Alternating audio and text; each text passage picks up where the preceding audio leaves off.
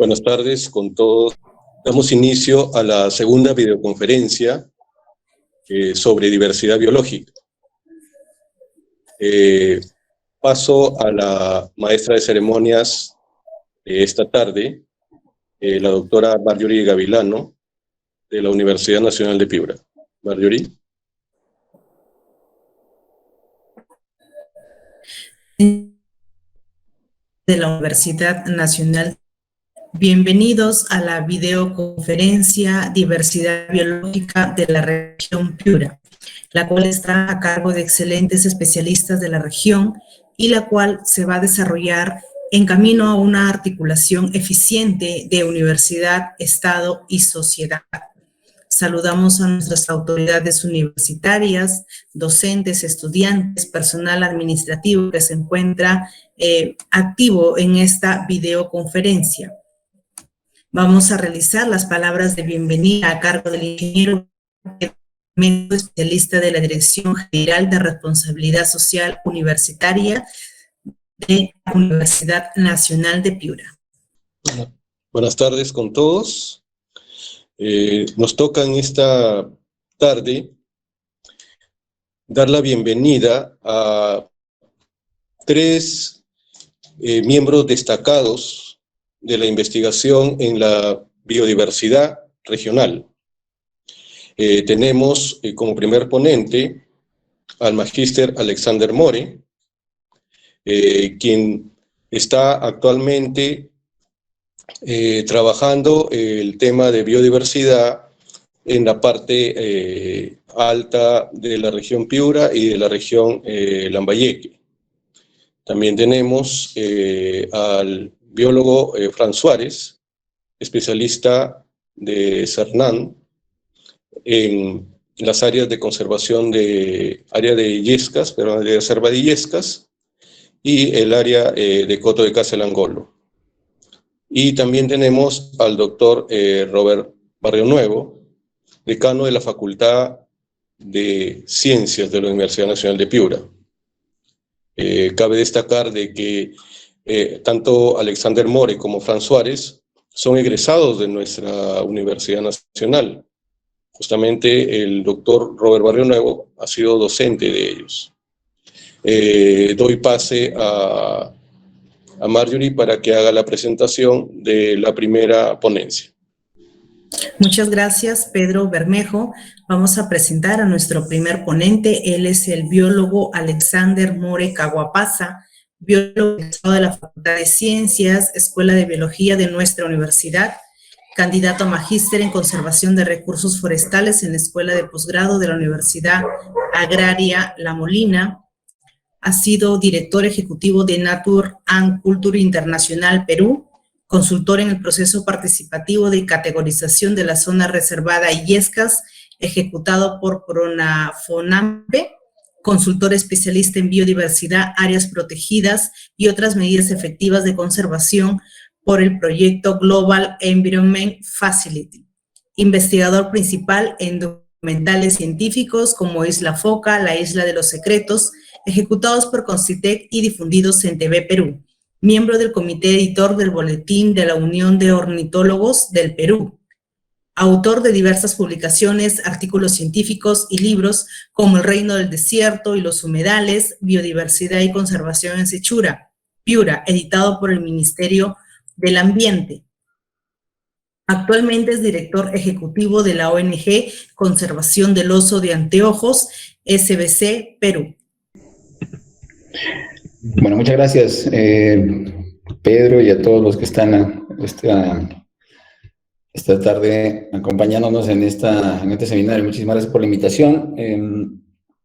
¿Me confirma si se ve la pantalla correctamente? Sí, sí se ve. Bueno, ok. A ver, pongan atención a la invitación que me hicieron. También agradecido de estar acá con un profesor mío de la universidad y un colega mío que hemos trabajado juntos en descubrir muchas cosas interesantes en nuestra región. Tratando de buscar cómo en 15 minutos resumir el aporte que desde la sociedad civil, entendiéndose como, ¿no?, los grupos organizados dentro de la región Piura, que estamos tratando de sumar esfuerzos para que se protejan y se conozcan más de espacios importantes las contribuciones que hemos tenido en el tiempo, ¿no? Y no es fácil porque en general yo diría que mucho del trabajo de conservación, al menos en los últimos 10 años, 15 años, ha sido bastante impulsado, obviamente, por las autoridades de diferente nivel, pero mucho con el aporte justamente de organización de la sociedad civil, una iniciativa de comunidades campesinas, ¿no? Entonces, voy a hablar de diferentes temas que tienen que ver con la región y justamente cómo hemos estado ayudando en estas diferentes organizaciones. Parto rápidamente por repasar por qué Piura es tan singular, por qué Piura es tan especial. Como en algún momento hace años decíamos, ¿no? Piura, teníamos un lema en decir que había que descubrir la biodiversidad de Piura, porque probablemente muchos asocian Piura solo con las playas, pero no es así. Yo creo que ya justamente en los últimos años hemos ido sabiendo más de nuestra región. Y hay 4 características que hacen que nuestra región sea bastante particular. Una es que no solo tenemos la cordillera de los Andes, que es la que domina principalmente las provincias altoandinas, sino también una cordillera costera que le da cierto carácter distintivo a la biodiversidad que tiene Piura. Tenemos toda la zona de cotono de las corrientes marinas frente al mar en nuestra región, una zona del desierto de Sechura que se extiende justamente mucho más a lo largo de toda la costa peruana en Piura. Y en los Andes, de manera muy singular, la presencia de la depresión de Huancabamba, que es justamente la parte más baja que tienen los Andes en toda su distribución y que tiene una importancia biogeográfica muy singular. Si uno ve Piura de diferentes, un corte de la región, no es obviamente uniforme. En el gráfico que ven arriba, por ejemplo, mirando la cordillera de los Amotapes, como decía, la cordillera de los Amotapes tiene su punto más alto justamente en Piura, un poco más de alrededor de 1.600 metros, y estamos llegando a la parte alta en los páramos de Pacaipampa, Yavaca, arriba cerca a los 4.000 metros, pero más al sur, ¿no? Seguramente Frank va a hablar un poco más de Illescas, la orografía cambia, pero hay patrones más o menos similares, ¿no? Una amplia zona costera y una zona que rápidamente se eleva en los Andes, y que, bueno, además para la zona sur de la región tiene una característica muy singular, que es la presencia del río Huancabamba, que crea ya un ecosistema bastante particular para nuestra región, que tiene que ver con el ecosistema del valle del río Marañón. Entonces, bueno, todos sabemos que tenemos una zona de mar muy importante. Han escuchado hablar de la isla Foque, que justamente ha sido uno de los sitios probablemente que más se destacó durante la década pasada a raíz del trabajo justamente que hemos hecho con varios investigadores, desde Naturaleza y Cultura Internacional, una organización en la que he tenido el gustazo de trabajar por muchos años, justamente con mis colegas que están acá compartiendo este evento.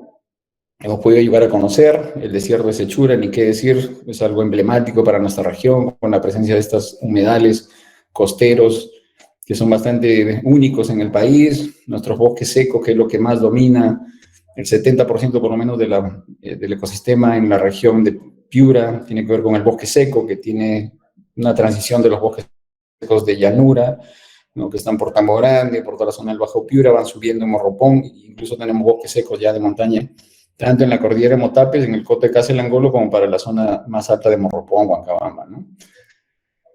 Llegamos a la parte más alta, tenemos bosques montanos que están del lado occidental, que miran al Pacífico, que están en las cabeceras de cuenca del río Quirós, del río Piura un poquito también, pero tenemos más bosque montano que está rodeando a la cuenca alta del río Huancabamba, que es un afluente del Amazonas, y para sorpresa de muchos, justamente a partir de varios trabajos de investigación que hicimos para establecer áreas de conservación, se han descubierto poblaciones de aves muy singulares, incluso la población de este mono nocturno que está ahí en la imagen al lado derecho abajo, ¿no? Que es todavía algo que está muy pendiente de estudiar. Ya en la parte alta, todo el ecosistema altoandino de pajonal, de páramo, que tenemos justamente el límite de su distribución entre Piura y Cajamarca, en esta zona, entre Yavaca, Huancabamba. Pero bueno, más allá de eso, yo quería, desde el punto de vista de la sociedad civil, de nosotros, de los que estamos tratando de organizarnos, apoyar cosas, ¿cuál finalmente la respuesta que a veces, o la razón que nos lleva, especialmente en los últimos años, a pensar en cómo sumar a los esfuerzos de conservación, tiene que ver con la importancia no solo ecológica, que para eso hay muchos números ahí que podríamos repasar, sino cuán importante es la biodiversidad para la economía de una región como la nuestra. Y esa respuesta tiene que ver mucho con nuestro pasado, con el presente y probablemente con el futuro. Y voy a hacer así un repaso rápido a partir justamente de la diversidad de ecosistemas que tenemos. En la zona de Illescas, donde Frank trabaja ahora, muchos en la zona de Sechura, alrededor de esta zona del desierto, es probablemente donde están las civilizaciones de pescadores artesanales más antiguos en la costa norte peruana. Y se considera que a partir de ahí es que se han podido irradiar diferentes comunidades de pescadores artesanales hacia toda la costa del Perú. Y como van a ver más adelante, esto tiene un patrón de mucho impacto, porque efectivamente buena parte de la pesca artesanal de todo el país está centrada frente a las costas de nuestra región. En la economía peruana, piurana y peruana, décadas atrás, hemos destacado mucho porque era un sitio muy reconocido para la pesca de altura, que ahora, por toda la sobreexplotación, quizá ya no están en la afición, pero hay libros famosos que se han escrito sobre esta actividad. El libro de Ernest Hemingway, que está más o menos en estas fotos, tiene que ver justamente con la pesca de estos enormes peces picudos, grandes, que antes justamente atraía mucho y era probablemente una de las actividades que jalaba turismo, ya estamos hablando de por lo menos hace unos 50 años atrás, ¿no? Y los pescados que se tenían en ese entonces pues eran de talla mundial, hay récord mundial que todavía se mantiene en la zona de Cabo Blanco justamente en la pesca de altura, ¿no? Pero no nos vamos muy lejos de eso. Actualmente todavía hay bastantes comunidades de pescadores que sobreviven con prácticas ancestrales. La foto que ven es justamente un concurso de veleros, botes que funcionan básicamente sin motor, sino solo con la propulsión de velas, una práctica muy antigua que ahora se está convirtiendo no solo en una práctica de pesca, sino además en una actividad de tipo turístico. Ya desde el año 2017-18 empezó a hacer esta regata, una carrera que ahora, bueno, por el COVID lamentablemente ya se dejó de practicar, pero esperaríamos que se retome, ¿no? Una actividad muy ancestral que tiene que ver otra vez con desarrollar la parte turística. Años atrás, yo creo que la idea de crear un área protegida en la zona del mar de Piura y Tumbes era algo que nos llamaba mucho la atención y se sacaban datos para poner en relevancia justamente la porción que tiene el mar de Piura, ¿no? Y se sabe que el 38 o alrededor del 40% de la pesca artesanal de todo el país está frente a las costas de nuestra región. Yendo un poco más al detalle, cuán importante es la pesca, no solo mirando la artesanal y la industrial.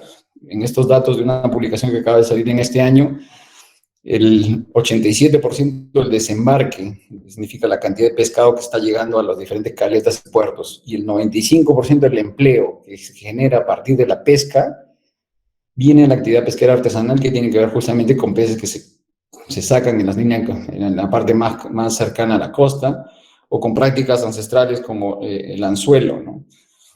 Entonces, la actividad marina en general, o los recursos marinos que tiene nuestra región son y están dando empleo a mucha gente. Acá hay otro dato bien interesante. Las conchas de abanico que tenemos alrededor de la bahía de Sechura y en la zona de la isla Lobos de Tierra, un banco natural, eso representa el 80% de la producción nacional de conchas de abanico, y eso le está dando trabajo nuevamente a miles de personas en la zona de Sechura y está generando incluso hasta iniciativas de exportación. Otra vez, todo esto a partir de recursos y bancos naturales que crecen en el territorio regional. Ni qué decir de turismo. Los sitios más conocidos para bañarse con las tortugas están en Piura, en la zona de Ñuro. Ahí hay un dato que se calculó con los colegas de NSI hace un tiempo. Más de 3 millones de soles es el ingreso para la temporada turística alrededor de la parte de las playas. En Isla Foca, antes del COVID, el turismo había incrementado en 1000%, justamente por el valor que se le empezó a dar, por lo relevante, por la presencia de los pingüinos, los lobos de mar. Entonces, el tema turístico depende en las playas no solo del calor y la buena temperatura que tenemos, sino especialmente los animales y el paisaje que hay. La observación de ballenas sigue siendo todavía algo muy importante que se está dando en esta zona, ¿no?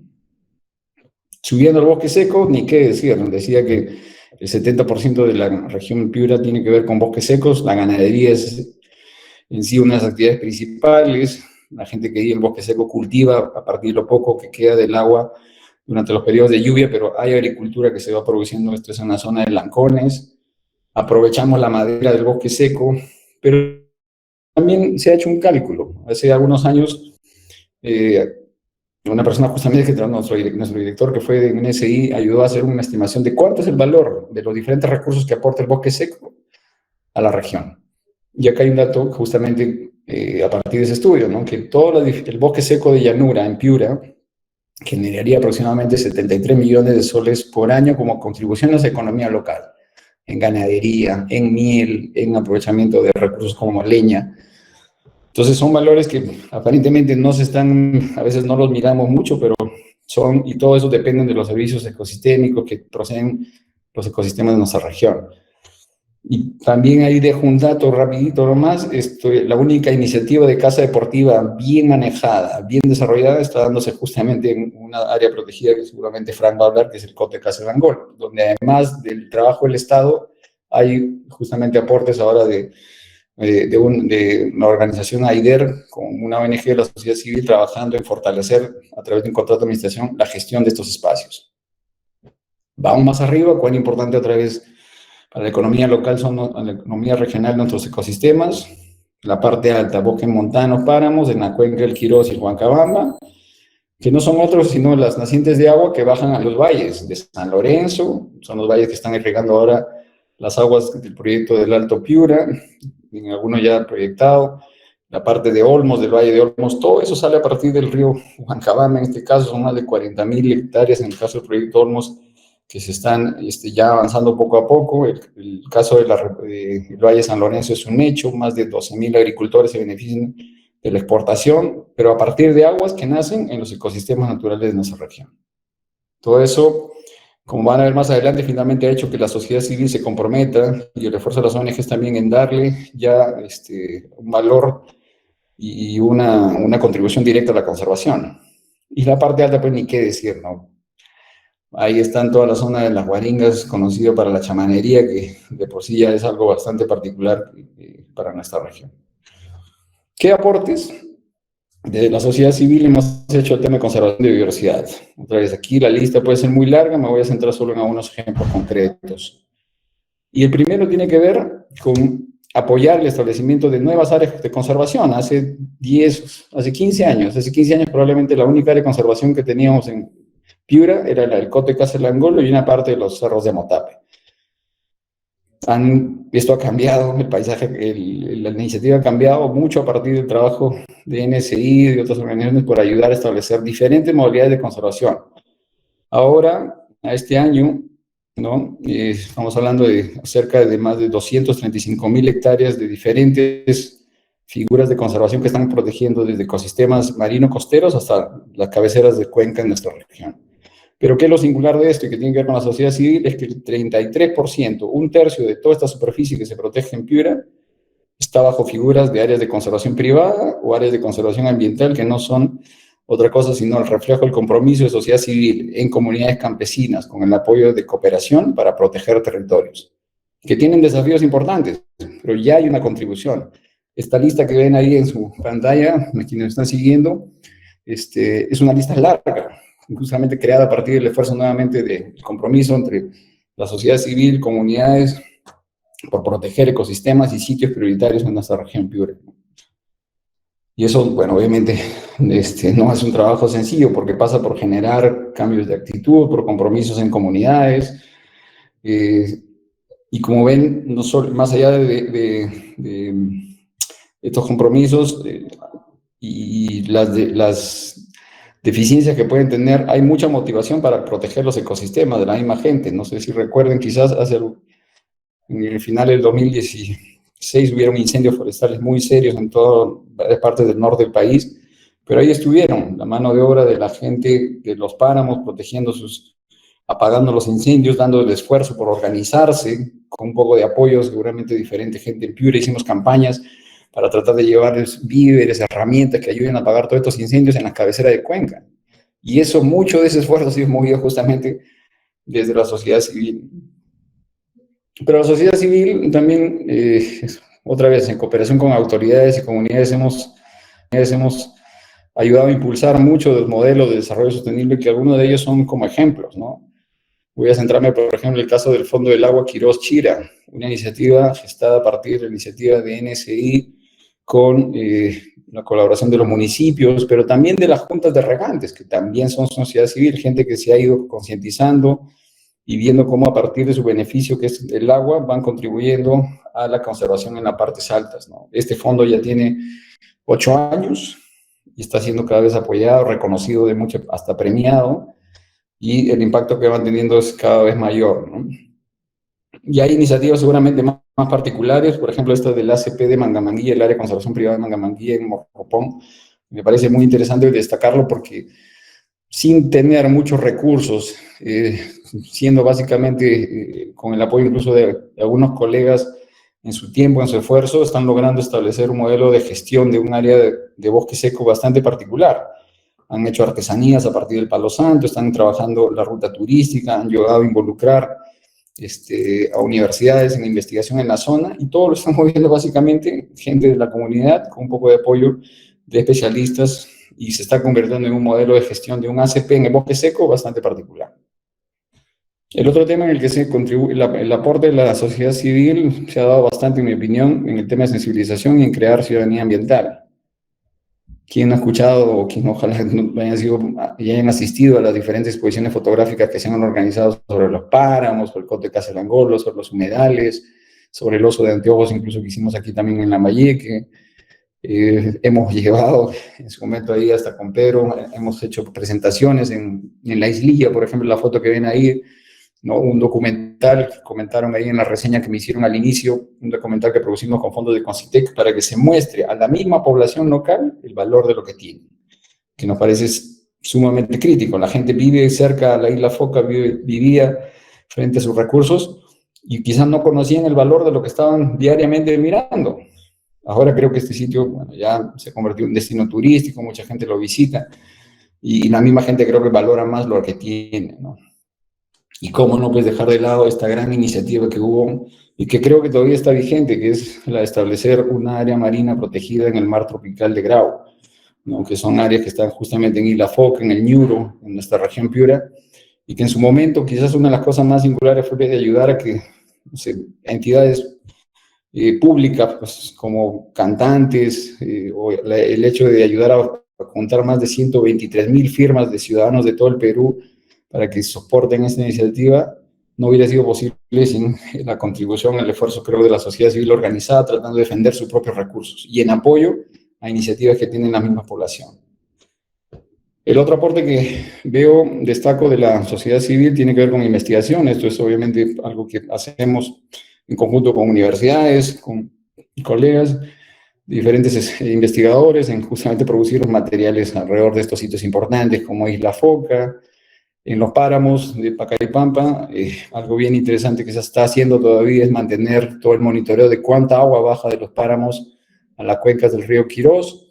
Entonces hay toda una evaluación ahí de cómo se tiene. Solo para darles un dato rapidito, sabemos ahora que, o sabíamos, no sé si estos datos han cambiado, pero un páramo que está bien conservado, que está bien manejado, puede tener 30% más agua que uno que está intervenido. Y claramente eso nos demuestra el valor de hacer acciones de conservación en estos sitios.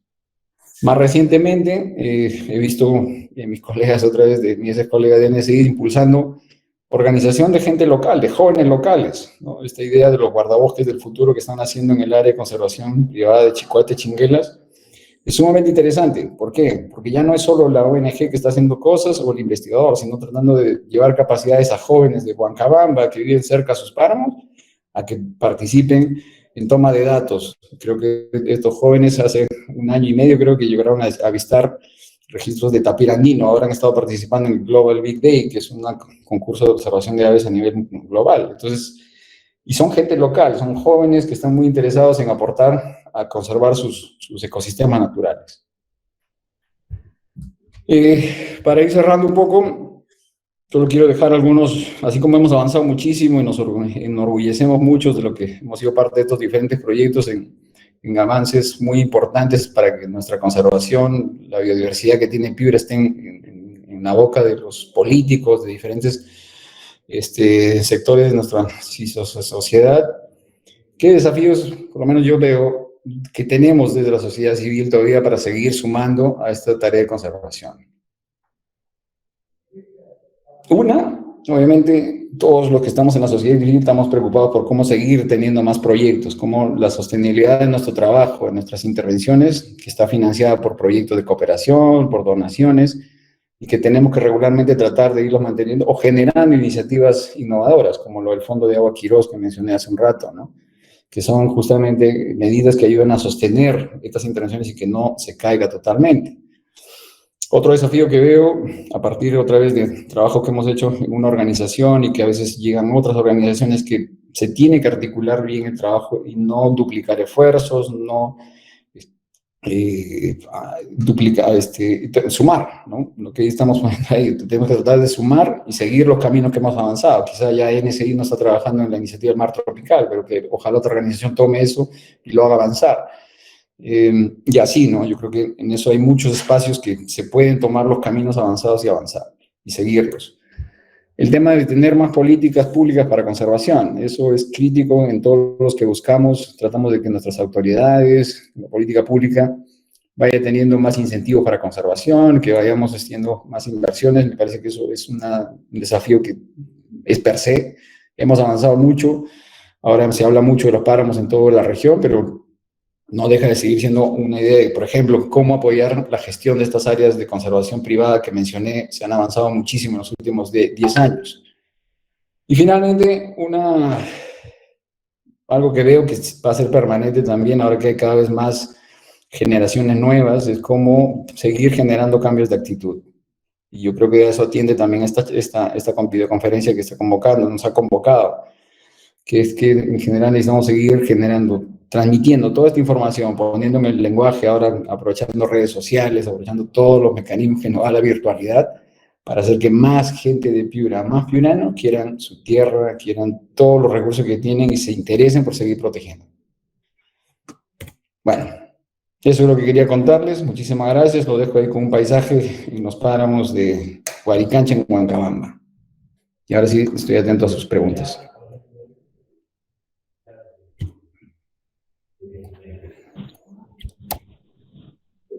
Muchas gracias, Alex. Muchas gracias por su ponencia. Les recordamos a nuestros especialistas que son 15 minutos por ponencia. Vamos a presentar a nuestro segundo ponente, doctor Robert Barrionuevo García. Él es biólogo egresado de la Universidad Nacional de Trujillo, magíster en biociencias, ciencias del mar. Obtenido en la Escuela de Posgrado de la Universidad Nacional de Piura, doctor en Ciencias Ambientales, obtenido en la Escuela de Posgrado de nuestra universidad. Actualmente es decano de la Facultad de Ciencias de la Universidad Nacional de Piura. El doctor Barrionuevo ha sido docente de los ponentes aquí presentes, Alexander More y Fran Suárez, egresados de nuestra universidad y que pueden dar fe de la calidad de formación profesional en la Escuela de Biología de la Facultad de Ciencias de nuestra universidad. Adelante, doctor Robert Barrionuevo García. Gracias, Marjorie. La Dirección de Responsabilidad Social Universitaria de nuestra Universidad Nacional de Piura, encabezado por su director, el doctor José Molero López, y secundado por Pedro Bermejo. Pues a participar en este evento.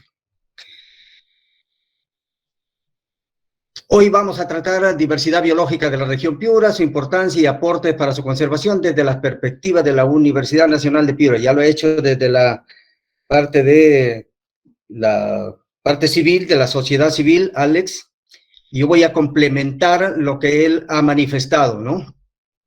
En principio, debo decir, pues, que la Universidad Nacional de Piura, a través de la Escuela Profesional de Ciencias Biológicas, ha contribuido y lógicamente seguirá contribuyendo con el conocimiento y por lo tanto en la conservación de la biodiversidad. Debido a que desde el 2001 que la escuela tuvo sus primeros egresados, Alex ha sido uno de sus primeros egresados, sus tesis fueron en biodiversidad. Y es que Piura, en sus 35.892 kilómetros cuadrados de área, incluyendo los 132 hectáreas de superficie insular, posee una geografía muy variada. Y voy a sumar esas características que ha mencionado Alex en su exposición de lo típico que es Piura, ¿no? Nos ha, con muchas vistas fotográficas, nos ha demostrado a nosotros lo complejo y variado que es Piura. Debo decirles que Piura está, como región, está ubicada pues próximo a la línea ecuatorial, lo que determina que tenga un clima variado. El clima en Piura dice que es cálido, desértico y oceánico en la zona de la costa, y subtropical y templado húmedo para la sierra. Tiene una altitud que va desde los menos 37 metros, que está en la depresión de Ibayobar en Sechura, hasta los 3.960 metros en la parte más alta de la cordillera que nos ha mostrado por ahí Alex. El caso de Cerro Negro, que se encuentra, dice, entre Pacaipampa y Carmen de la Frontera. Y entre estas altitudes se combinan hermosos paisajes que también hemos visualizado en la exposición anterior.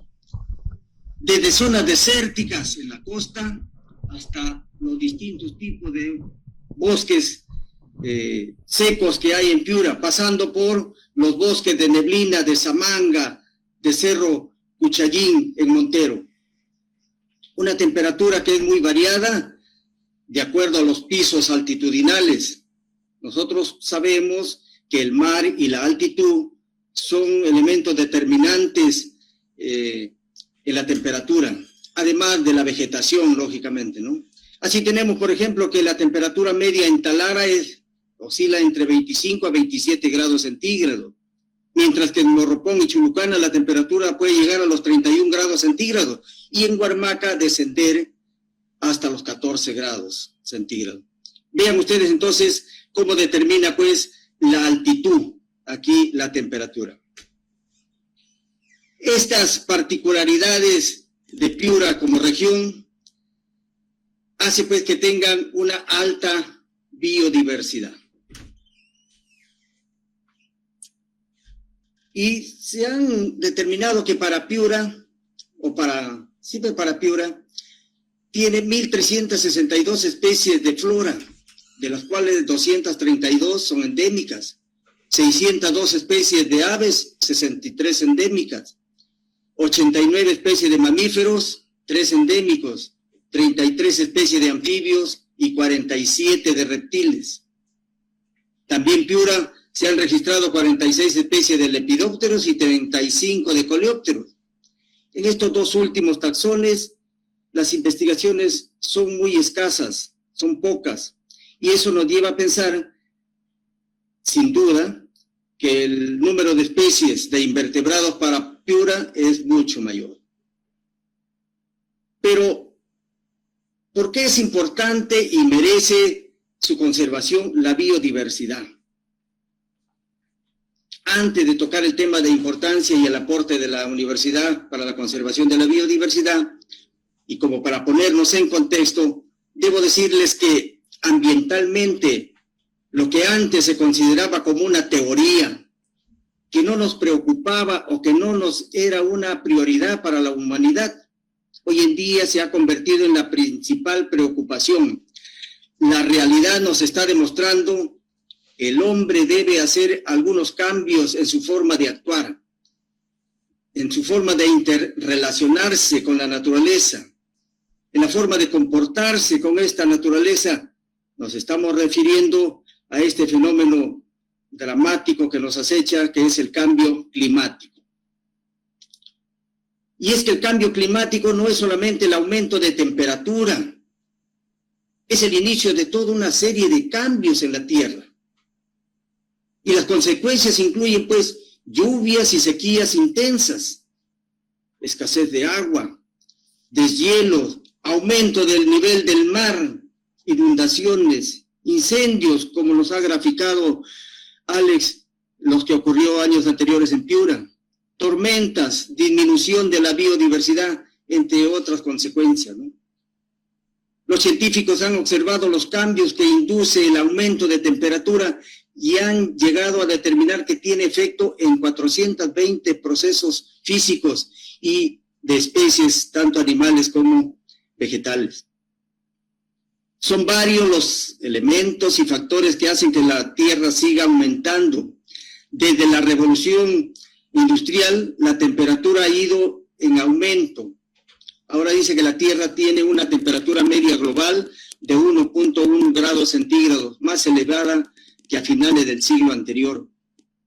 La última década, es decir, el 2011 al 2020, se considera que ha sido la que más temperatura ha registrado. Asimismo, los últimos reportes o informes de la ONU nos dan cuenta que de la opinión de miles de científicos y revisores de gobierno, quienes coincidieron que hay que limitar el aumento de la temperatura global a no más de 1.5 grados centígrados. Si ustedes ven, ya estamos en 1.1, falta poco para llegar a 1.5. Si es que pasamos el límite de 1.5, vamos a tener impactos climáticos muy desastrosos. El clima se va a volver inhabitable. Hasta el 1.5 dicen que puede ser habitable. Sin embargo, pues, no se proyectan, pues, no se visualiza planes que mejoren a ello. Y todo hace pensar que el calentamiento global va a alcanzar, pues, unos 3.2 grados centígrados para fines del siglo XX. Por todo esto que he mencionado, queda demostrado que la naturaleza es esencial para la existencia del ser humano. Si queremos tener una buena calidad de vida, hay que conservar y proteger el suelo, el agua, el aire y la biodiversidad, que son los elementos indispensables para la seguridad alimentaria y para la vida misma. ¿Por qué es importante la biodiversidad? Lo voy a enfocar desde otro punto de vista. Yo aquí vamos a ver para la alimentación. Y aquí les quiero presentar estas vistas donde ven ustedes todos los productos que encontramos en el mercado que nos sirven para alimentación. Pero no solamente estos productos, estas vistas son los del mercado, sino de dónde se producen. Entonces nos vamos al campo, donde se practica la agricultura, y esto es lo que nosotros llevamos pues a los mercados. Todo lo que hemos visto es para la alimentación de los seres humanos. Somos egoístas, pensamos en nosotros solamente. Y se ha descubierto, o han determinado las investigaciones, que el Perú tiene pues más o menos 1.200 especies con poder alimenticio, que se consumen de diversas formas, ya sea como verduras, producen almidón, semillas, almendras, savia, látex, frutas, raíces, tubérculos, bulbos, corteza, flores y aceite. De ellas, 107 son domesticadas y exclusivamente cultivadas. 160 se usan como silvestres, pero que también pueden cultivarse, y el resto son exclusivamente silvestres. Unas 164 especies se usan como verduras y hortalizas, ya sea como planta entera, hojas, penca, brotes, tallos, legumbres y cogollos. 26 especies se consumen la planta entera, 96 las hojas, 24 los cogollos. Para la obtención y consumo de forma de almidón, fécula y polen, se han encontrado 3 especies. El consumo de semillas, granos, nueces y almendras, 73 especies. El consumo en forma de savia, látex, solo alcanza 7 especies. El consumo de raíces, rizomas, tubérculos, cormos y bulbos llega a 61 especies. De 3 especies se consume la corteza, especialmente para condimentos y saborizantes. De 8 especies se consumen las flores, tanto crudas como cocidas. Y las especies que producen aceite comestible suman un total de 25. El mayor número de las especies consumidas está en el rubro de frutos, con 525 especies. Esto es a nivel de Perú. No tengo datos para Piura. Seguramente falta, pues, investigaciones sobre eso y que debe realizarlo, pues, los estudiantes o los egresados de ciencias biológicas y afines. Esta es una vista aquí de los productos cárnicos que se venden en el mercado, ¿no? Las distintas especies de carnes que nosotros tenemos, de aves, de mamíferos. Aquí vemos nosotros cómo es que ya entrando lo que es la ganadería, ¿no? y el cultivo de aves o la crianza de aves a través de las granjas. Pollos, patos, palomas, pavos. En la parte de la ganadería. En cuanto a fauna, son aproximadamente unas 200 especies entre domésticas y silvestres que contribuyen a la alimentación humana. Aquí destacan pues las aves como pollo, pavo, patos, paloma doméstica, palomas silvestres, avestruz, ganso, loros y otras muchas especies más. En mamíferos, sachavaca, guangana, sanjino, venado, ronzoco, armadillo, añuje, majás, monos, cuy, cabra, res, oveja, llama, alpaca, cerdo, entre silvestres y manejado ya domesticado, ¿no? En reptiles se utiliza tortugas, iguanas, serpientes, en anfibios, sapos y ranas, y en peces más de 100 especies entre especies marinas y de agua dulce. Pero no solamente la alimentación debe ser para el ser humano, a través de la agricultura y la ganadería. Y aquí hay un dato importante, según un informe de la FAO, la agricultura y la ganadería son dos actividades que producen una alta contaminación con sus aguas residuales. Estas arrastran, pues, pesticidas, fertilizantes, y el ganado generando, pues, metano en sus secreciones. El uso de antibióticos y hormonas en las ganaderías, así como los genes para diversos fines, han hecho que sean perjudiciales para la salud humana. Debemos reflexionar y somos conscientes que en la actualidad hay más gente. La población humana sigue creciendo. Por lo tanto, necesitamos más alimentos.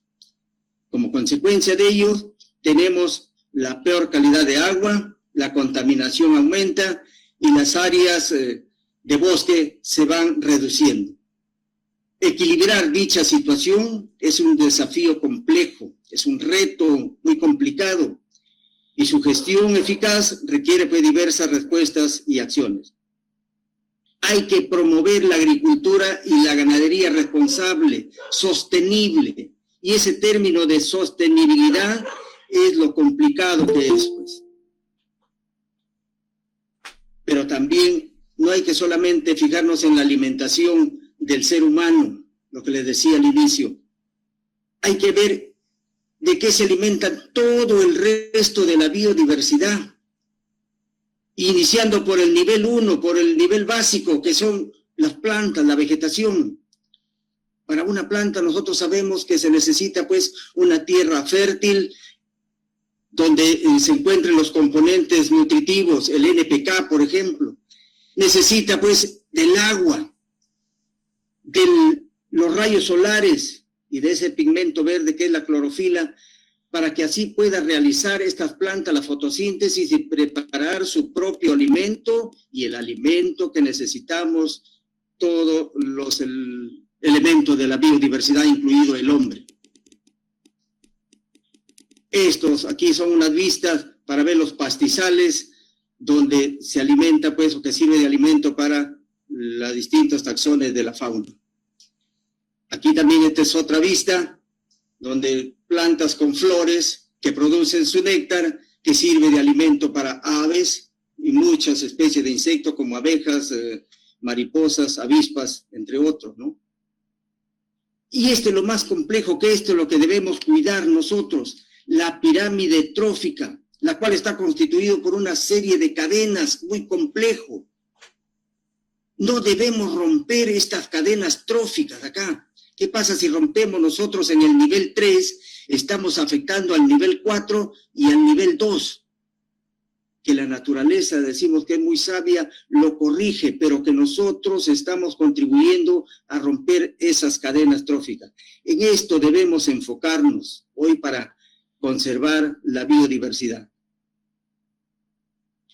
En salud, está demostrado que los medicamentos sintéticos no han logrado solucionar el problema de la salud a nivel mundial, por lo que es necesario hacer uso de la medicina tradicional, que en Perú ha sido de gran arraigo a través del tiempo. Esto se ha venido utilizando desde el tiempo de los incas. Hay datos que aproximadamente el 80% de las personas que viven en las zonas rurales de los países en vías de desarrollo, como el Perú, dependen de medicamentos tradicionales basados en plantas que sirven para la atención básica de la salud. Eso lo dice la Organización Mundial de la Salud. Y aquí Perú tiene pues 1.408 especies de plantas con propiedades medicinales, de las cuales 314 se encuentran en la región Piura, ya sea en forma silvestre o cultivada, las cuales son usadas para combatir pues diversas patologías, como dolores de estómago, dolores de cabeza, dolores musculares, diarrea, actúa como expectorantes, antiparasitarios, sirve para bajar la fiebre, para disminuir la tos, para lavar los cálculos renales, para combatir la diabetes, la gastritis.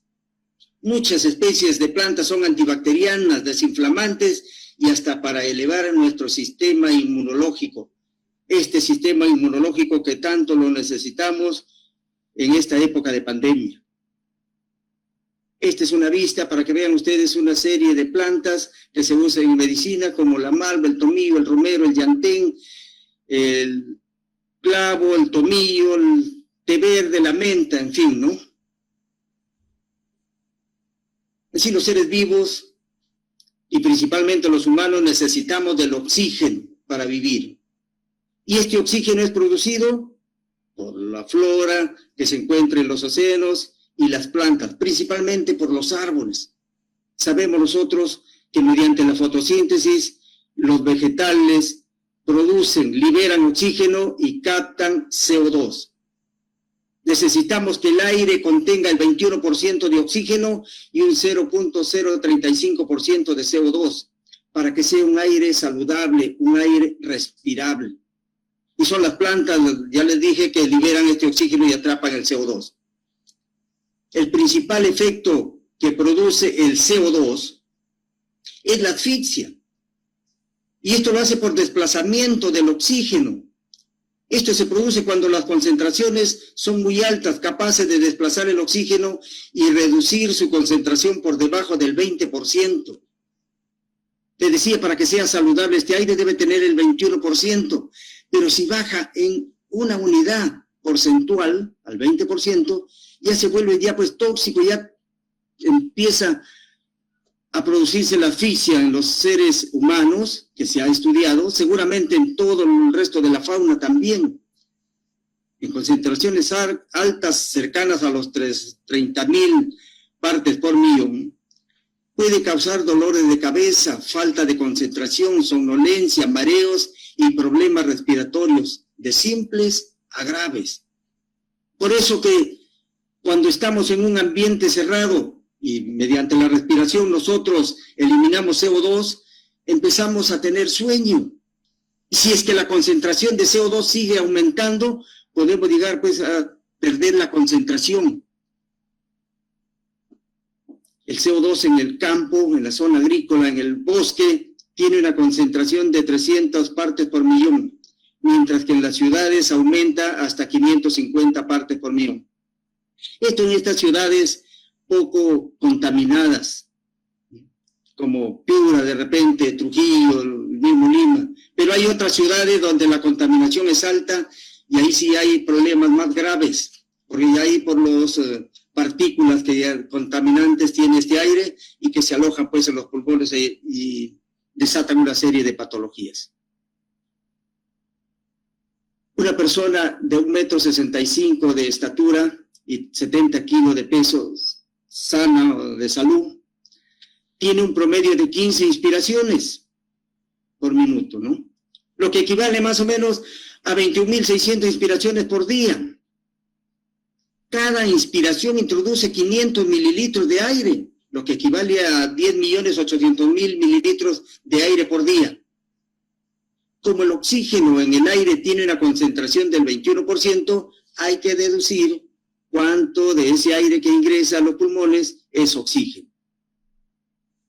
El consumo de oxígeno por día es de 2.268.000 mililitros, lo que equivale a 2.268 litros por día. En conclusión de todos estos números, ¿qué se saca? Que una persona consume 2.26 metros cúbicos de oxígeno por día.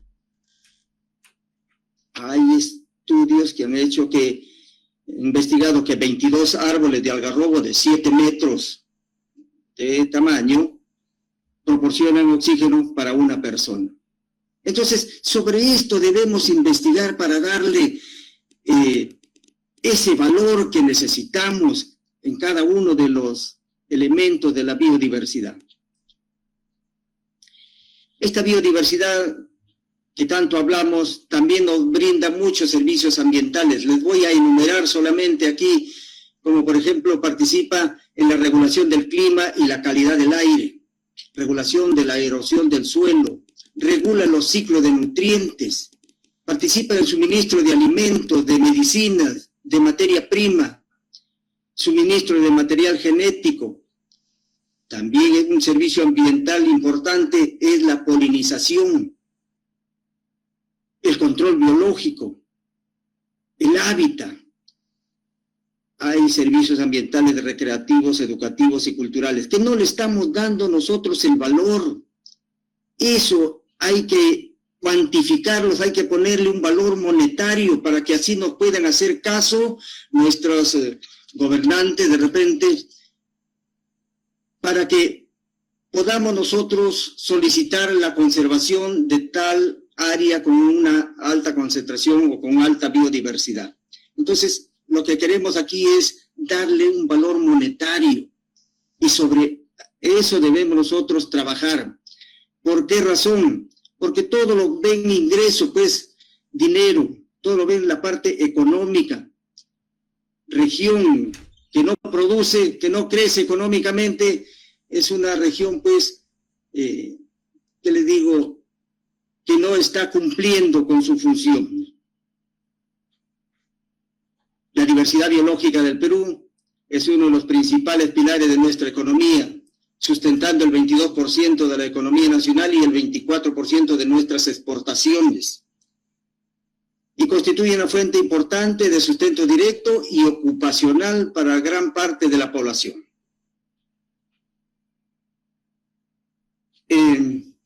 Esto es, a grandes rasgos, algunos tópicos sobre la importancia de la biodiversidad.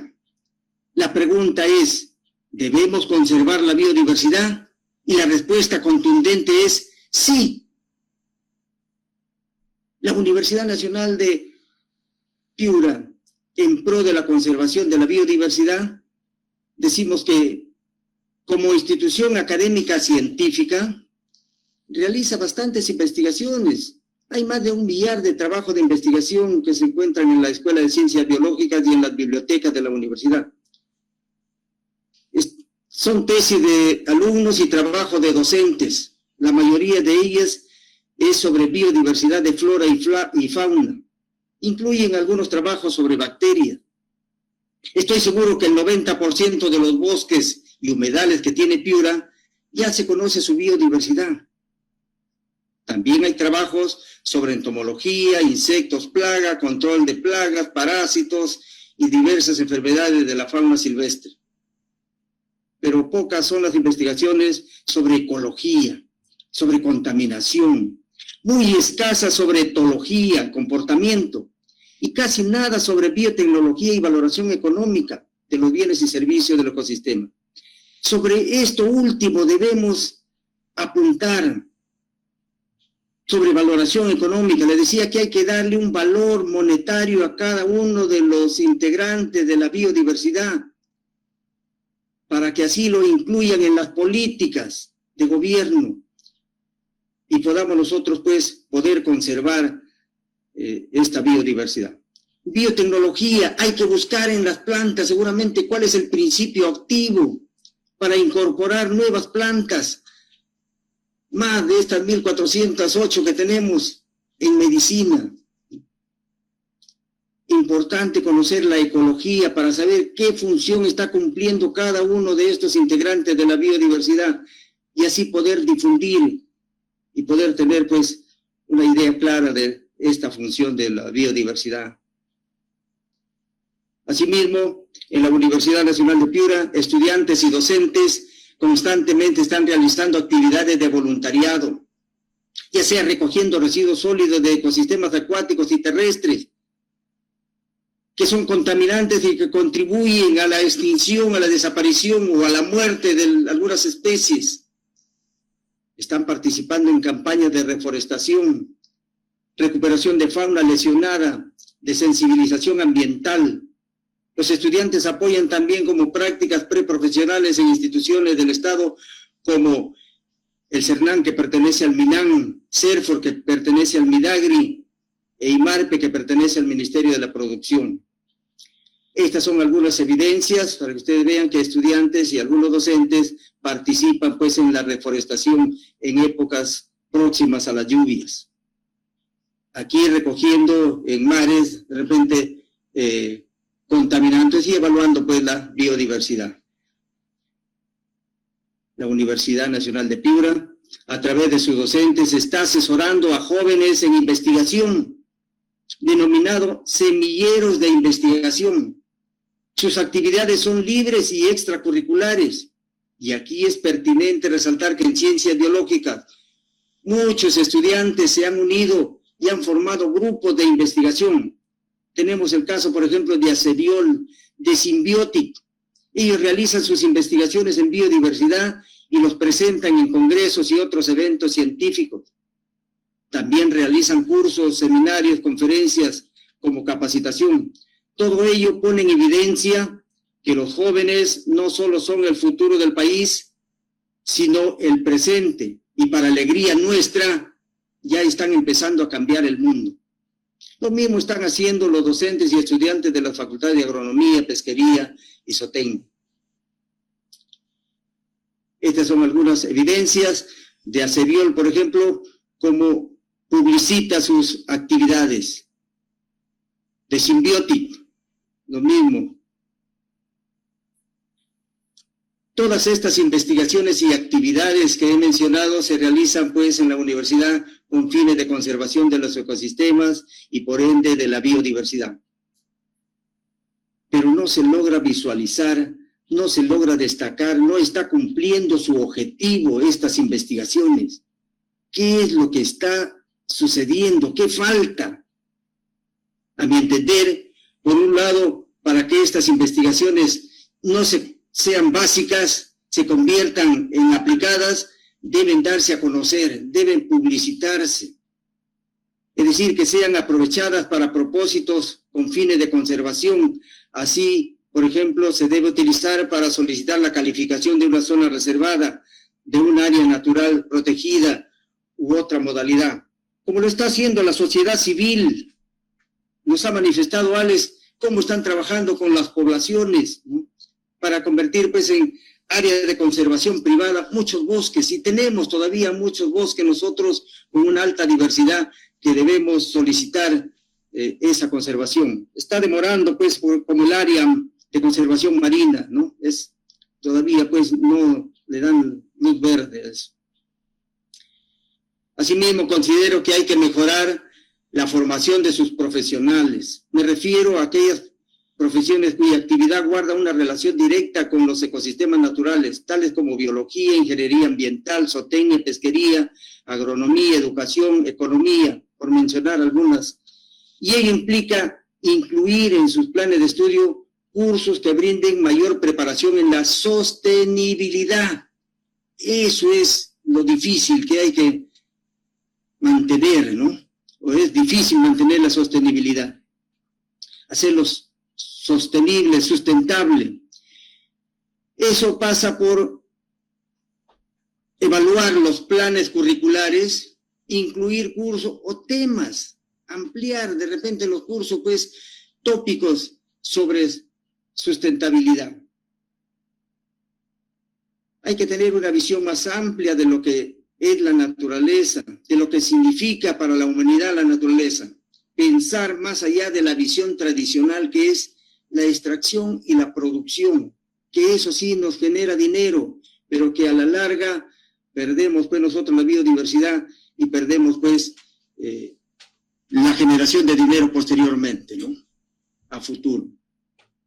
Estas son unas evidencias o vistas donde la extracción de los elementos de la biodiversidad conllevan a la extinción, a la desaparición de algunas especies. el tráfico ilegal de especies de aves, por ejemplo, ¿no? Es común ver en los mercados de Piura, Trujillo y Lima mismo estas aves encerradas ahí para ser comercializadas como mascotas. Ver también en Piura cómo se produce la deforestación, grandes extensiones de tierras, el cambio de uso de tierra, de una zona de bosque, de estos bosques secos, que albergaba una biodiversidad sui generis, para convertirlos en estos, vistas que ven ustedes en la parte inferior, de cultivos. Eso es la agricultura. Porque necesitamos exportar más, porque nos genera pues dinero, dice. Nos genera ingresos. Tenemos que producir más alimentos. Aquí vemos estos bosques secundarios, cómo son deforestados por fragmentos. Y ustedes, para convertirlo, ¿qué? Para producir pues maíz, para producir alimento. Ya les dije al inicio que seguimos creciendo nosotros en población. Tenemos que exportar alimentos para otros países, para los seres humanos. Soy uno de los convencidos que todos los estudiantes universitarios en el primer año de su carrera deben recibir un curso de educación ambiental. Se ha implementado, todavía no tiene sus frutos seguramente. Hay que evaluar el contenido, que a fin de formar profesionales con sostenibilidad o sensibilidad ambiental y con conocimiento de la realidad, sobre todo los educadores, quienes tienen la difícil misión de formar a las personas desde que aprenden a escribir y leer. Desde esa edad ya deben conocer sobre la naturaleza, qué beneficios recibimos de ella, a fin de interiorizarles cariño a la naturaleza en general y a la biodiversidad en particular. Me refiero a los estudiantes de educación que tienen que ir ellos a enseñar a los colegios a niños de 3, 4, 5, 10, 12 años. Tenemos que enseñarles pues nosotros cómo funciona la naturaleza, y para eso pues debemos prepararlos. De igual modo, considero que la Universidad Nacional de Piura debe liderar la implementación de un centro de rescate. No tenemos los profesionales capacitados de veterinaria, de biología, de zootecnia, de repente. Hay que unirnos con las instituciones privadas, con instituciones estatales como CERFOR, para liderar un centro de rescate. Asimismo, es necesario promover y orientar las actividades de responsabilidad social hacia la conservación de la biodiversidad, para ir a los centros poblados, a los centros educativos, a dar conferencias, de repente, a educar ambientalmente. Quiero finalizar mi participación con este comentario y espero que nos conduzca a una franca reflexión. Hay que proyectarnos a lo que fue en sus inicios la humanidad. No cabe duda que los primeros humanos vivieron más o menos en armonía con la naturaleza, con el ambiente. Su alejamiento de la vida salvaje comenzó con la primera revolución agrícola. La capacidad de controlar y usar el fuego les permitió modificar o eliminar la vegetación natural. La domesticación y pastoreo de animales herbívoros llevó al sobrepastoreo y a la erosión del suelo. El cultivo de plantas, es decir, la agricultura, originó la destrucción de la vegetación natural para hacer un hueco, un espacio para tener los nuevos cultivos. La demanda de leña condujo a la desnudación de montañas y al agotamiento de bosques enteros. Los animales salvajes se cazaban anteriormente por su carne y eran destruidos en caso de ser considerados plagas o depredadores. Amigos y amigas participantes esta tarde, desde nuestro puesto de trabajo, desde el lugar en que nos encontremos, algo tenemos que hacer. En nuestras manos está evitar la pérdida de la biodiversidad y conservar la naturaleza. Muchas gracias a todos ustedes por su atención. Gracias, doctor Robert Barrio Nuevo por su ponencia. Vamos con nuestra tercera ponencia. El biólogo Frank Edinson Suárez Pingo. Él es biólogo egresado de la Facultad de Ciencias de la Escuela de Biología de la Universidad Nacional de Piura, candidato a magíster en Política y Gestión de Ciencias, Tecnología e Innovación en la Escuela de Posgrado de la Universidad Peruana Cayetano Heredia. Tiene un diplomado en la Universidad de Leipzig, en Alemania, denominado Gestión Mexicano La Tortuga, denominada Gestión de la Biodiversidad. Ha trabajado como especialista de la ONG Naturaleza y Cultura Internacional, Calidris de Colombia, Plan Internacional, Programa de las Naciones Unidas para el Desarrollo. Ha sido consultor del proyecto de inversión pública en diversidad biológica y servicios ecosistémicos, mejoramiento del apoyo al uso sostenible del humedal Manglares de San Pedro de Vice, Sechura. Ha realizado varias publicaciones como nidificación de gaviotín peruano en el sitio Ramsar Manglares de San Pedro de Vice, entre otros. Actualmente es especialista en biodiversidad para el Servicio Nacional de Áreas Naturales Protegidas por el Estado, CERNAM. Con ustedes, nuestro egresado. Hola, ¿qué tal? Muchas gracias, Marjorie. Un gusto compartir con ustedes este espacio en el cual me traslada a la universidad. Escuchar la voz del profesor Robert Barrio Nuevo me recuerda a las clases de zoología, cuando nos enseñaba en el 6º ciclo, allá en el año 2007 más o menos. Gracias, profe, por todo lo expuesto. Escuchar a Alex. Alex fue una de las primeras personas con las que trabajé. En realidad, Alex también ha sido mi asesor de mi tesis de pregrado, y junto a don Pedro Bermejo hemos hecho bastante trabajo en Sechura. Creo que uno de los primeros videos que salían de Virrilá y de San Pedro mismo ha sido bien interesante volvernos a encontrar y que la amistad perdure. Y sobre ello también quisiera hablar un poco de la biodiversidad de las perspectivas del Estado. Ahora me toca estar desde el CERNAM. Y desde el CERNAM un poco quiero mostrarles esta imagen, estos dos logos que están arriba. Nosotros el CERNAM es la entidad que trata de conservar, mantener y proteger y aprovechar sosteniblemente el 17% de nuestras áreas en el país. Aquí en Piura tenemos dos áreas de carácter nacional. Uno es el Coto de Casalangolo, que era, como mencionaba Alex, una de las primeras áreas que se gestionaba en Piura. Y la otra es la Reserva Nacional Illescas, que recién ha sido categorizada el año pasado, el 24 de diciembre, que fue un buen regalo de Navidad, en el cual muchos de los que están presentes han tenido por lo menos un acercamiento con Illescas o algo más intenso como generar investigación o publicaciones. Recuerdo la primera foto de Illescas, un cóndor en una portada en El Comercio, si no me equivoco, y era como sorprendente ver cóndores en el desierto. Yo soy de La Unión, que está cerquita de Sechura, y era para mí algo novedoso. Y ahora me gusta trabajar un poco con la especie y ver un poco los monitoreos, que es un poco el tenor de la exposición. Dentro de la perspectiva que tenemos, nosotros como CERNAM, que significa Servicio Nacional de Áreas Naturales Protegidas por el Estado, es un organismo público técnico especializado del Ministerio del Ambiente, con personería jurídica y derecho público interno, y constituye empleo presupuestal. Ejerce sus competencias a nivel nacional. Nosotros tratamos de conservar nuestro capital natural, y sobre ello también impulsamos la investigación. Y es algo que nosotros promovemos constantemente.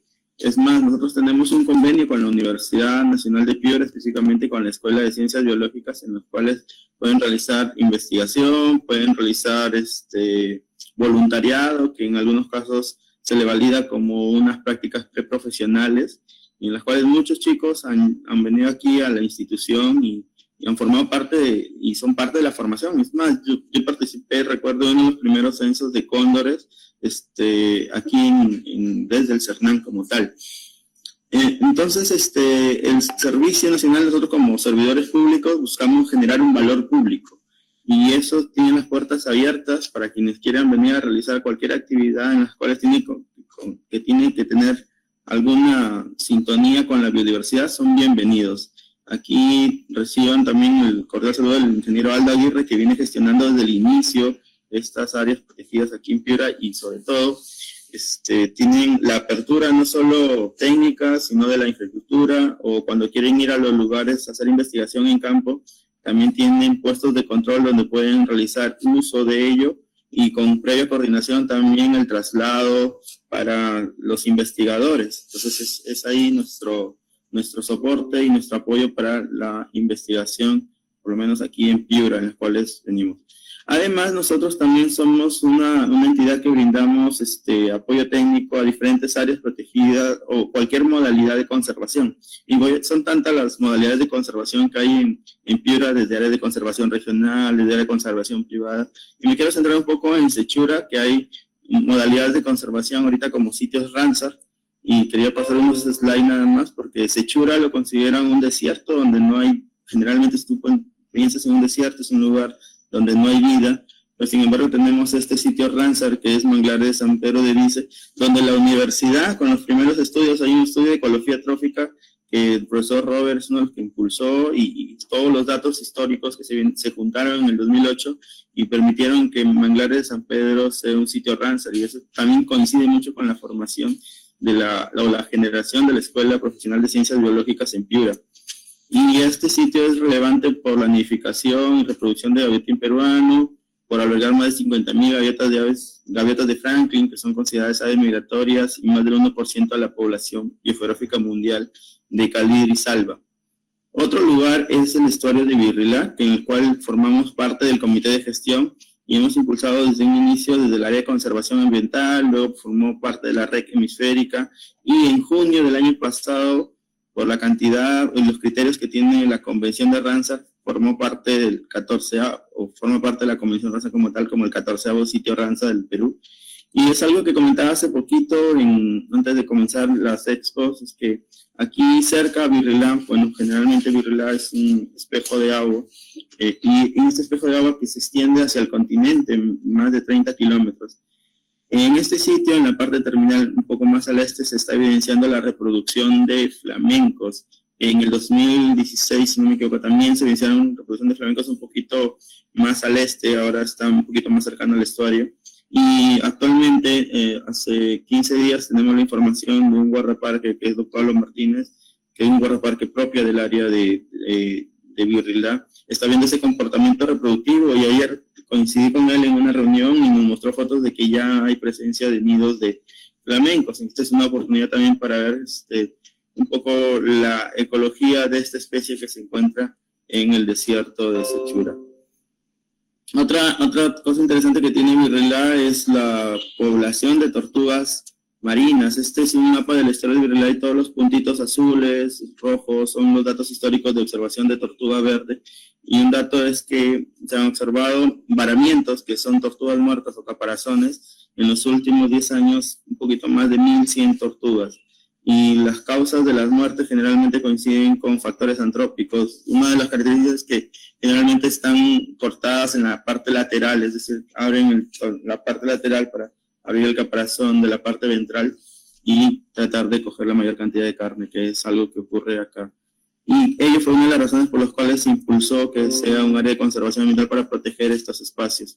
Y donde muchos de los pescadores que antes depredaban ahora formaron parte de hacer guardaparques voluntarios. Y un día, por ejemplo, en septiembre puedes observar más de 200 individuos de tortuga.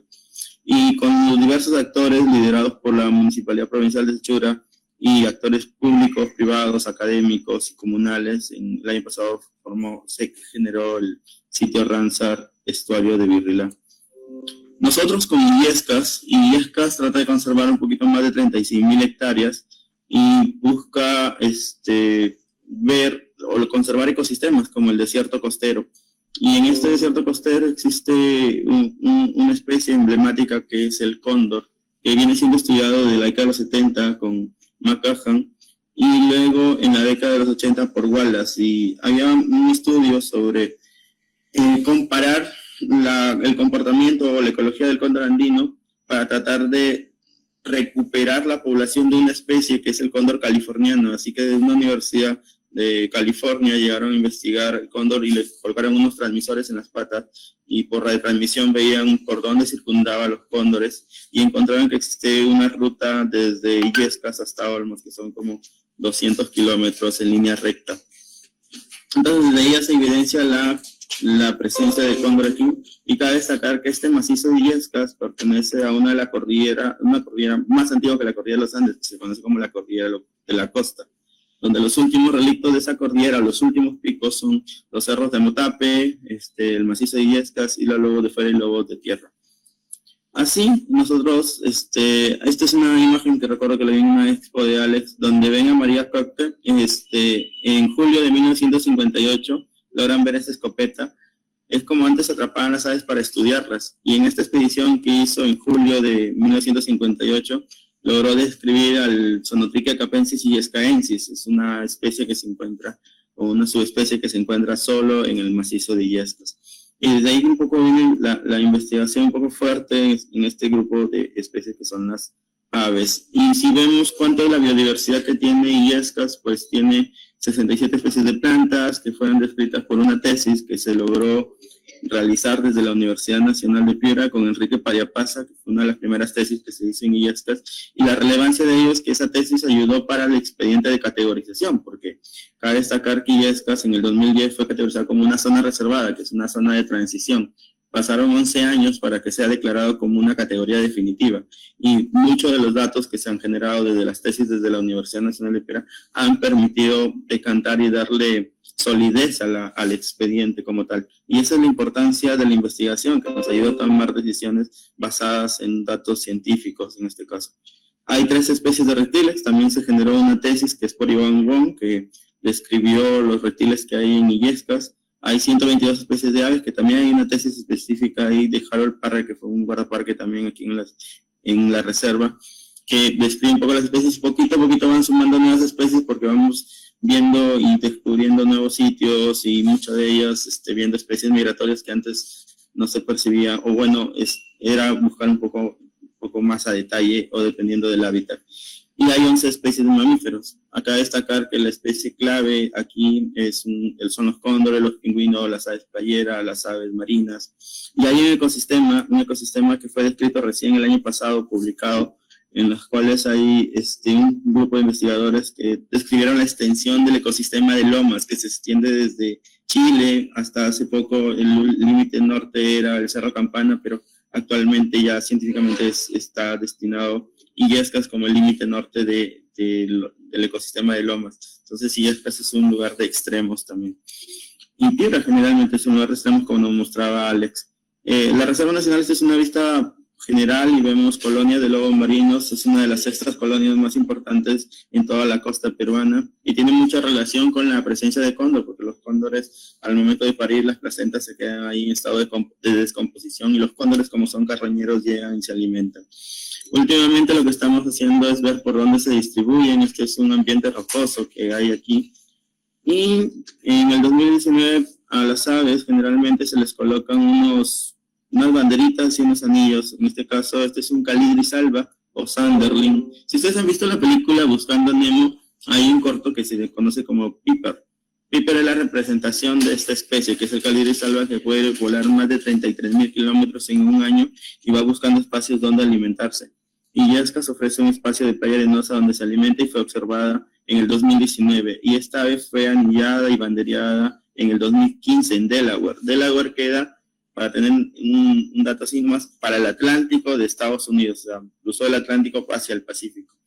Entonces este espacio, los hábitats conectan, las aves migratorias conectan, y eso es lo importante, porque tú puedes ir en una temporada donde no hay migración y dices aquí no hay nada, pero llegas cuando hay temporada de migración puedes encontrar todas las playas llenas de especies migratorias.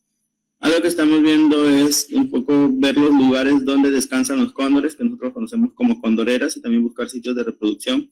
Hasta el momento, un dato de reproducción de cóndor fue descrito en el 2014 por Pablo Martínez y Carlos Pingo, que Carlos Pingo, ambos eran guardaparques. Ahora Carlos Pingo es un guardaparque oficial de Illescas, y descubrieron un nido de cóndor aquí, que fue el primer nido cercano al mar y por fin evidenciado.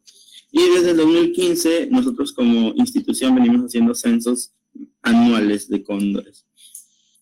El año pasado Profonampe, que es el Fondo de las Áreas Naturales Protegidas, financió tesis de investigación, bueno, proyectos de investigación. Y uno de los proyectos de investigación está basado en la ecología y la distribución de cóndores en Illescas. Y no solo veía la reserva como tal, como área protegida, sino también toda la extensión del macizo. Y tiene datos súper interesantes en los cuales ve distribución de cóndores en la Reserva Nacional, y eso también nos ayuda un poco en el proceso que se viene ahora, que es la elaboración del plan maestro y la zonificación de ver zonas de amortiguamiento. También con el mismo fondo de Profonampe se financió una tesis para un chico de la Universidad Nacional de Piura, que es Zairo Domínguez, para la evaluación de lobos marinos. Luego también la distribución de un gecko, que es un reptil pequeño endémico de Illescas, que es el gecko de Illescas, y también la composición vegetal, en las cuales por imágenes de dron están tratando de caracterizar la vegetación de Illescas, que es súper interesante y prontito tenemos resultados de ello. Esto, por ejemplo, la evaluación de cóndores es fácil, no es tan fácil, es recorrer varios espacios, irlos distribuyendo y ver presencia, ausencia y también la disponibilidad de alimentos que se encuentran en estas áreas. En esos transectos, nosotros recorremos todo el lugar y los guardaparques hacen control y vigilancia y también reportes de biodiversidad. En este caso, cuando ven cóndores nos dicen: hemos visto cóndores en tal coordenada, cuántos han visto, y este mapa, por ejemplo, tiene dos razones. Uno de círculos grandes y pequeños, que es un poco la mayor cantidad de avistamientos de cóndores, y la intensidad de color va de verde, amarillo y rojo, siendo el rojo donde se ha visto constantemente cóndores. O sea, tenemos datos donde se ha visto mayor cantidad de cóndores en un solo avistamiento, y otro donde se ha visto recurrentemente los cóndores, y este mapa de calor nos orienta a ellos y también nos ayuda a tomar decisiones por dónde podemos conservar mejor esta especie. Y además ahora estamos buscando las condoreras, en las cuales nos quedamos 2 días en ciertos espacios y vemos en 4 espacios diferentes que ya hemos determinado, y vemos si es que sale muy temprano el cóndor y llega tarde a descansar. Entonces, si hace ese uso constantemente, es una condorera donde realmente descansa. Y también hemos visto un lugar donde generalmente se alimenta, que es la lobera grande, y los horarios, por ejemplo, lo vemos muy tempranito o muy tarde, ya son loberas o condoreras, perdón. Y generalmente la lobera grande de esa alimentación lo vemos entre las 12 a las 3 de la tarde, más tardar a las 4 de la tarde. Entonces tenemos horarios en los cuales podemos ver los cóndores y las temporadas, y ahorita hemos sido más incisivos en esta investigación. Aquí en Illescas también hay datos históricos. Hay una investigación de la Católica en el cual menciona que en Illescas se han encontrado como utensilios que datan de 7000 años antes de Cristo, utensilios de corte, en los cuales asemejan que cortaban carne o algún músculo de un pescado o de una res, también se han encontrado vicuñas en cementerios prehistóricos, y es muy probable que aquí es muy certero que se ha asentado una población, que es la población de Illescas, y con ello hay una investigación que empezó en el 2011 con una investigación francesa, en el cual estaba buscando cómo existía o qué existía en esa época, y encontraron que existían espacios de descanso, cementerios y centros ceremoniosos aquí en Illescas. Y con ello apoyamos mucho al Ministerio de Cultura para cada hallazgo puedan encontrar y tratar de hacer investigación en conjunto. También hacemos bastante control y vigilancia. Tenemos algunas amenazas en las cuales, por ejemplo, tala. Lo bueno que la tala, un poco con los operativos que se venían realizando en conjunto con Fiscalía, el mismo CERFOR y nosotros, y la Policía Ecológica, la tala ha ido disminuyendo. Por ejemplo, eventos de tala ya no tenemos hace un par de años.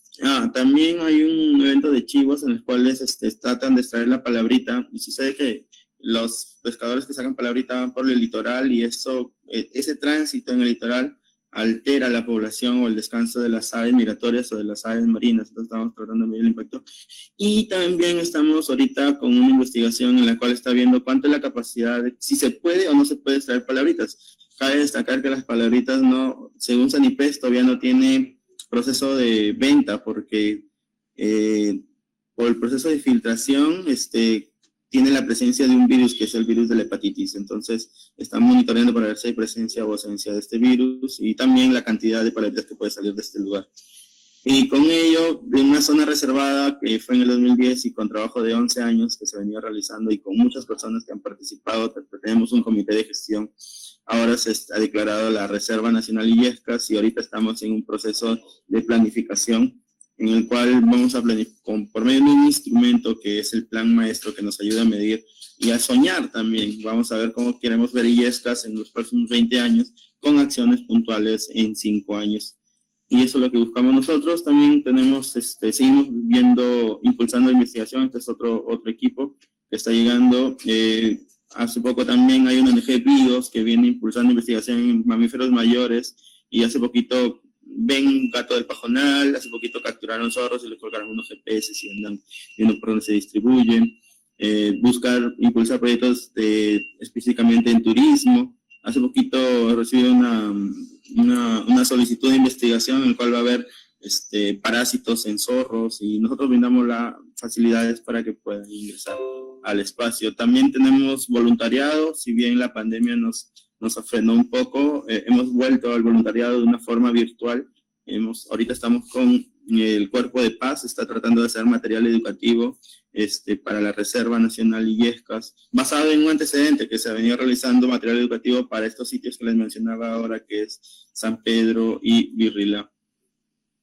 Tratamos de difundir ya un poco que se ha levantado, ya tenemos las 3 o 4 dosis. Hace poquito, hace un mes, hemos lanzado la exposición fotográfica itinerante o infográfica itinerante, donde Cemento Pacasmayo es un principal aliado y ellos vienen trabajando conjuntamente con nosotros para impulsar difusión o proyectos de investigación. Aquí, además, se lanzó un concurso en el cual hay un chico que ganó y está presto solo para comenzar la investigación sobre lobos marinos aquí. Se trabaja con pescadores, ahorita se vienen 2 proyectos grandes para Illescas, que es el proyecto BAF o con TNC, que busca trabajar con los pescadores o quienes tienen alguna actividad productiva en el lugar y tratar de impulsar su formalidad. Y esto es Lugar por Conservar, que fueron unos documentos que se hicieron para otros sitios y donde Illescas también se vincula dentro de un material educativo virtual y de libre acceso para cualquier grado de primaria. Con Alex también y Mónica se ha impulsado un libro que es El Reino del Desierto y los Humedales, y también aquí está Illescas, que prontito va a ser impreso, es un top secret, pero ya lo dije. Y también no trabajamos solos, trabajamos con diferentes instituciones y para quienes quieran ir, bienvenidos. Si quieren ir por fines de turismo, hay un procedimiento también para realizarlo, es por ejemplo nombre, edad, DNI y sobre todo coordinar con la jefatura del área. Y si quieren hacer investigación, hay unos procedimientos en los cuales con mucha facilidad se les brinda. Y también si coordinamos el traslado al lugar. Eso es lo que les quería comentar, y tienen las puertas del CERNAM Piura abiertas para cualquier evento que quisieran realizar o cualquier investigación que quieran promover como tal. Eso.